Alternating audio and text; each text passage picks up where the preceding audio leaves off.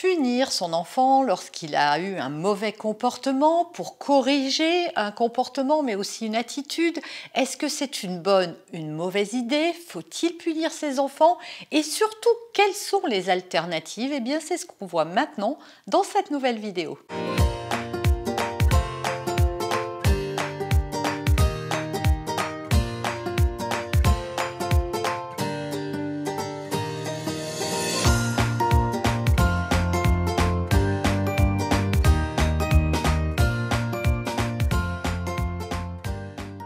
Bonjour, je suis Noémie de Saint-Cernin, votre coach en développement personnel et en parentalité. On va parler punition dans cette vidéo. Faut-il punir ses enfants?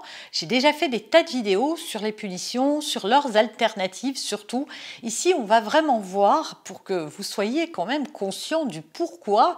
Il y a quand même toute une vague aujourd'hui en parentalité qui prône la non-punition. Mais la non-punition n'est pas la non-conséquence, et ça c'est important de le savoir. Il va falloir, c'est une question de sémantique, j'ai envie de dire, moi j'appelle ça des conséquences négatives pour l'enfant, quand d'autres appellent ça des punitions, mais on va voir ce n'est pas du tout la même chose. Alors déjà, premièrement, quelle est la différence entre une conséquence négative et une punition?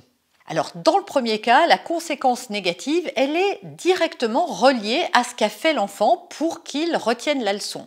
Alors, je vais vous donner un exemple de conséquence négative. Si votre enfant passe devant un truc chaud, eh bien, le mieux, c'est de le laisser se brûler. Alors, bien sûr, pas au 3e degré, mais est-ce que vous pensez que si vous le laissez se brûler, il retiendra mieux l'expérience et surtout la leçon que si vous le grondez ou que si vous lui hurlez dessus parce qu'il n'arrête pas de passer devant le four qui est brûlant ou un feu de cheminée. À votre avis, qu'est-ce qui va être plus efficient? Évidemment, s'il se brûle ou s'il sent la chaleur ou s'il est effrayé par elle. Ça, c'est sûr et certain. Eh bien, c'est la différence entre une punition et une conséquence. Il faut qu'elle soit reliée au truc. Si votre patron vous dit puisque tu n'as pas fini ton travail, tu ne prendras pas tes congés de fin d'année, vous n'allez pas comprendre, vous allez trouver ça injuste. Alors que s'il vous dit puisque tu n'as pas terminé, tu restes ce soir au bureau jusqu'à ce que tu finisses, vous n'allez pas être content, mais ça va vous obliger à vous remettre en question si c'est juste.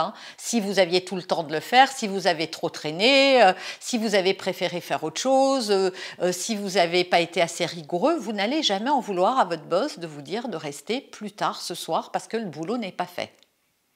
Eh bien, c'est pareil en fait avec votre enfant. Souvent, les punitions n'ont rien à voir avec ce pourquoi l'enfant a commis quelque chose. Et donc, la deuxième chose à retenir donc, de cette vidéo, les punitions ne travaillent pas la véritable cause du problème. Alors, ça veut dire quoi? Ça veut dire encore une fois que si vous punissez votre enfant de ne pas aller à l'anniversaire de son copain parce qu'il a renversé 3 fois son verre d'eau, c'est injuste. Et votre enfant le vit comme une injustice.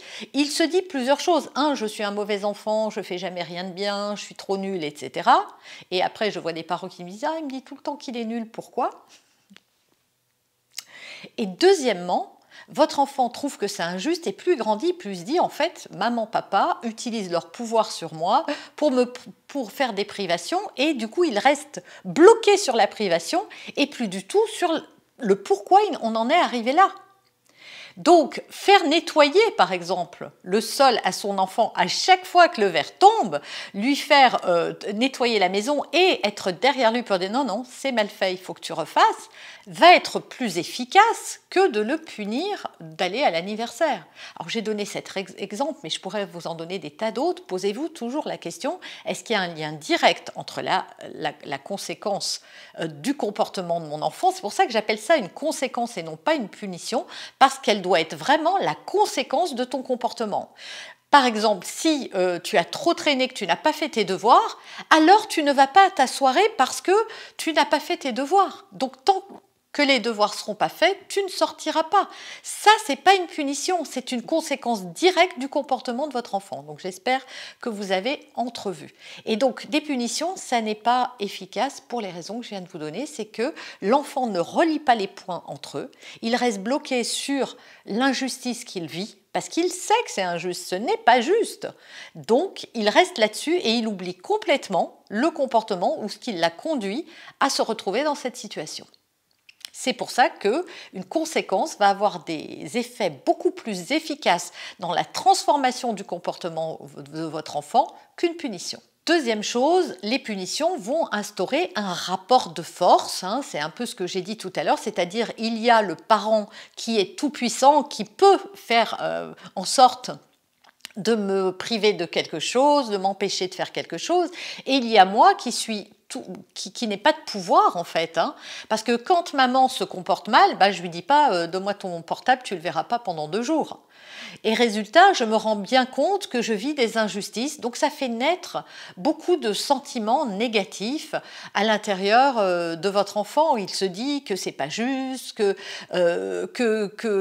vous tenez pas compte de lui, que vous en abusez, que vous utilisez la force, votre pouvoir, etc. Et ça fait naître, voilà, une mauvaise relation entre vous et lui, et beaucoup d'émotions, de colère, voilà, cette colère qui est nourrie à l'intérieur de votre enfant parce qu'il trouve ça abusif, il trouve ça injuste et il trouve aussi que c'est pas normal que vous exerciez son pouvoir pour lui donner des privations. Troisième chose, les punitions découragent la motivation de votre enfant. C'est-à-dire qu'il va se dire, de toute façon ça ne sert à rien, c'est toujours pareil, quoi que je fasse, ça ne marche jamais. Et au lieu d'essayer de s'améliorer, parce qu'il serait encouragé à ça, vous voyez, vous pouvez lui dire, bon voilà, ça fait 10 fois que tu renverses, tu nettoies, ou puisque, non, je suis désolée, ton travail n'est pas fait, tu sors pas. Donc c'est sûr qu'il ne va pas être content, tu n'as pas fait ton travail, tu ne sors pas, donc tu fais tes devoirs, ça va l'encourager la prochaine fois à faire ses devoirs parce qu'il va savoir que sinon il ne sortira pas. Alors qu'une punition ne provoque pas du tout ça, comme on l'a vu tout à l'heure, elle reste bloquée sur la frustration. Donc ça aide votre enfant à se motiver à faire mieux, à se dire ouais c'est vrai que, parce que même s'il n'est pas content sur le moment, ensuite quand il se retrouve au calme seul avec lui-même, il se rend bien compte que oui c'est de sa faute. Donc il reprend la responsabilité qui lui appartient pour corriger le tir. Oui, si j'ai rien fait de l'après-midi, que j'ai préféré glander devant la télé ou passer du temps sur mon téléphone et qu'effectivement j'ai pas fait mon travail alors que c'était convenu.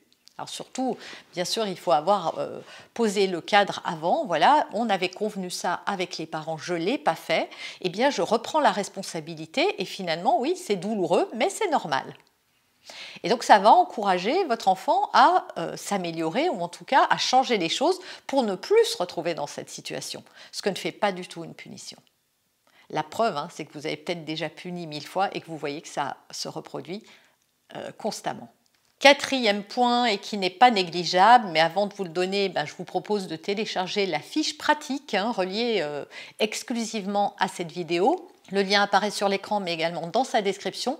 Vous pouvez aussi télécharger mon coffret. Voilà, on avait arrêté d'en parler, mais il est toujours là, surtout pour ceux qui arrivent sur la chaîne et qui ne l'ont pas encore. Alors, je reviens sur les punitions. Quatrième chose, c'est que ça va encourager la dissimulation. Et ce que vous appelez surtout le mensonge. Oui, parce qu'à force d'être puni, je vais essayer de cacher les choses, parce que j'ai pas envie d'être puni. Et là, comme il n'y a aucune responsabilité qui est prise, oui, l'enfant va cacher les choses, il va taire les choses et souvent les parents sont outrés de voir à quel point les enfants mentent, mais les enfants mentent par peur d'être punis. Et comme votre enfant, on lui aura pointé du doigt à chaque fois qu'il n'est pas assez concentré, qu'il n'est pas sérieux, qu'on ne peut pas compter sur lui, je vous ai dit, on va renforcer ce comportement chez l'enfant. Au bout d'un moment, il va se dire je ne peux pas faire mieux, je ne suis pas capable, donc je vais cacher, je continue à le faire, mais je ne vais pas montrer et je vais tout faire pour essayer de masquer ça et surtout de se dire en fait qu'il n'y arrivera jamais. Voilà, encore une fois, ça rejoint le point d'avant, ça le démotive. Et enfin, cinquième chose, elle crée de la culpabilité et de la honte. Encore une fois, quand on se fait hurler dessus parce qu'on n'a pas bien fait ou ceci ou cela, eh bien forcément, oui, il y a de la culpabilité, de la honte. Même si votre enfant, sur le moment où vous ne le voyez pas ou ne vous le montre pas, sachez que c'est ce qu'il va ressentir parce qu'il est bien conscient que oui, voilà, il est bien conscient qu'il a mal agi hein, ou qu'il n'a pas bien fait ou qu'il aurait dû faire autrement, mais il va le reprendre pour lui en se disant « je suis un mauvais enfant, je suis une mauvaise personne, j'y arrive jamais, je suis trop nul, etc., trop bête et compagnie ». Alors qu'une conséquence n'est jamais le fruit d'une colère, en fait, d'une vengeance, j'ai envie de dire. Hein. Une punition, c'est un peu, puisque tu n'as pas fait ça, tu n'auras pas ça. Et donc, c'est un peu un espèce de chantage malsain, alors qu'une conséquence, d'abord, elle doit être énoncée avec bienveillance. C'est de dire à l'enfant, écoute, tu n'as pas travaillé, je ne sais pas pourquoi tu as fait ce choix, alors que tu pouvais travailler, mais c'est pas grave, tu vas travailler ce soir, voilà, puis la prochaine fois, j'espère que tu auras compris qu'il vaut mieux que tu travailles l'après-midi et que tu ne gâches pas ta soirée, parce que tu n'iras pas, il est important que tu termines, on s'était mis d'accord. Et là, il n'y a pas de rapport de force, il n'y a pas de colère, il n'y a pas tout ça, l'enfant se retrouve face à lui-même, pas parce qu'il est nul, parce que là, il n'est pas jugé et critiqué. On lui dit, je comprends que tu as préféré passer tout ton temps sur tes jeux vidéo. Ah bah oui, c'est sûr, moi aussi, en tant qu'adulte, je préférerais regarder ma série à la télé plutôt que d'aller faire les courses, de ranger la maison ou autre. Mais voilà, on a des responsabilités et tu dois apprendre qu'il faut prioriser les choses et qu'il y a des choses plus importantes que d'autres et que tu aurais pu jouer à tes jeux vidéo et sortir si tu l'avais fait. Donc comme tu es un enfant, tu apprends et ça fait partie de ton apprentissage. Et là, il n'y a pas de remise en cause de l'enfant. C'est juste qu'il a fait un mauvais choix et pas qu'il est une mauvaise personne.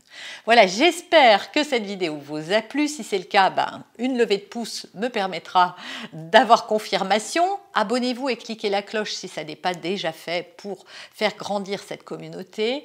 Likez et partagez. Et moi, je vous retrouve très vite pour un prochain sujet. D'ailleurs, dites-moi dans les commentaires de quoi voulez-vous que je vous parle.